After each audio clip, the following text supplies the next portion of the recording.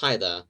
Today's video will be a brief discussion about how the Katolis government system works.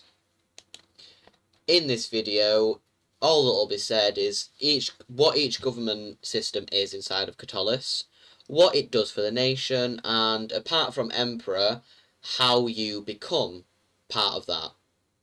So first we're going to start off with the Senate. The Senate is the heart of the operation. The Senate is made up of all of the dukes. Dukes are town leaders. All of the dukes of the nation. Each duke represents their town and their people inside of it. In here, diplomacy and internal affairs are discussed.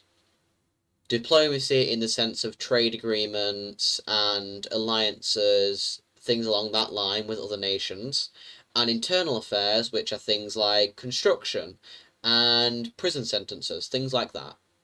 That's all discussed here.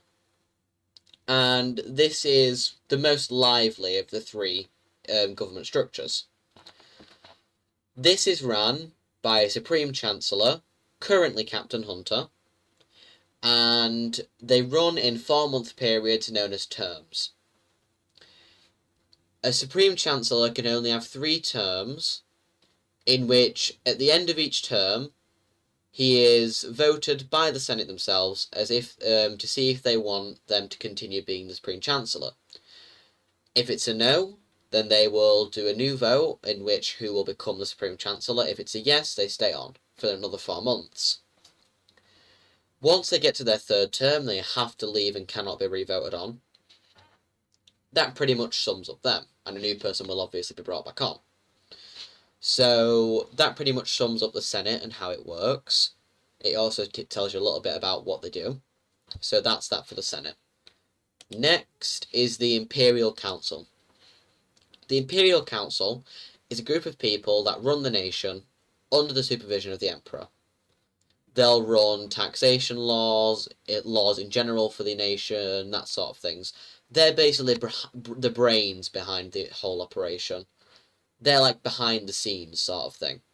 So these guys, like I said before, they'll do taxation, they'll do laws, they'll do war strategies, etc. And this is all ran by the Emperor. So the only way to get on this is to basically get an invite by the Emperor himself, which is, let's be honest, pretty rare. That pretty much sums up the Imperial Council. Finally, we have the Emperor, who lives in this lovely building behind us, or I say behind us on the screen. The lovely building in the back of the picture is what is known as the Citadel, which is the heavily fortified area that houses all of the government structures and the living quarters of the Emperor himself. So basically, he lives up there, he does whatever he wants, really. There's no one really messes with him, he just sort of sits up there, deals with things as they come, and, well, that's pretty much it, really. The Emperor is more important than the majority of the other systems, because if they go down, the Emperor is able to take over for them. However, if there's no Emperor, the other systems can't work properly, as they need, like, consent from the Emperor to introduce things like laws or new taxation, etc. So the Emperor is like the glue of the nation. It binds it all together. That sums up the brief tutorial about our lovely nation and our government system. If you have any questions, please leave it in the comments below.